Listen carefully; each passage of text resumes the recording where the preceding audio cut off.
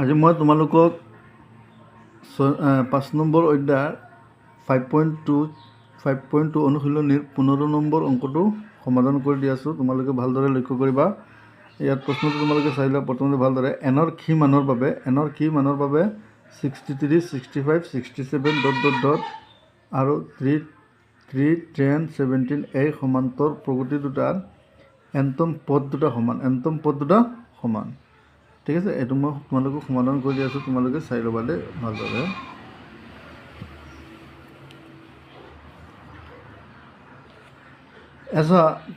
প্ৰথম যিটো সমান্তৰ প্ৰগতি দি আছে এইটো আৰম্ভ হৈছে ক'ৰ পৰা? 63 পৰা। ঠিক আছে, এইকেইটা তোমালোকে প্ৰথম পদ কি পাইছা? a = কিমান? 63। a = কিমান? 63। ডি আমি কেনেকৈ উলিয়াওঁ? পৰৱৰ্তী পদ 65 আৰু তাৰ পৰা আমি কি কৰিম?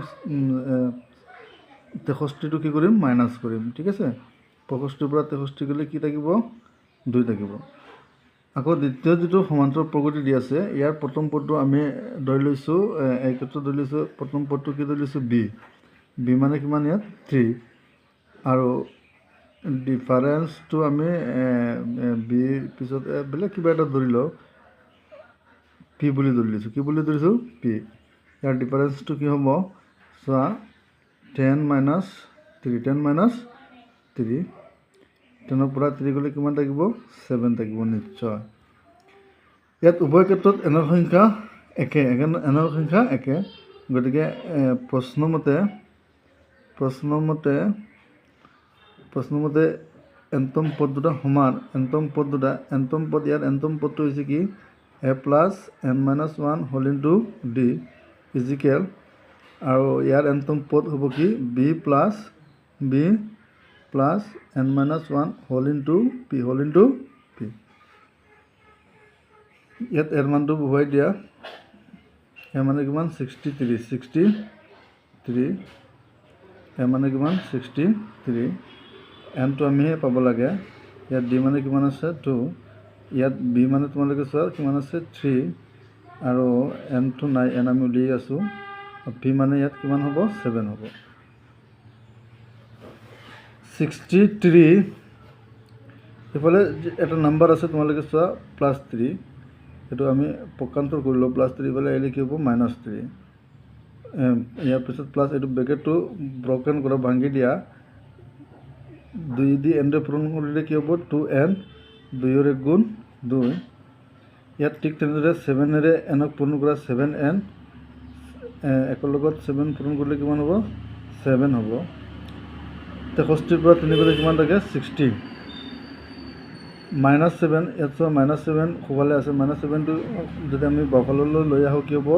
-7 কি হ'ব? +7 হ'ব। ইয়াৰ পিছত n, ইয়াত এইফালে থকা nটো কি আছে? টুৱাইচ n আছে। কি আছে? Twice n।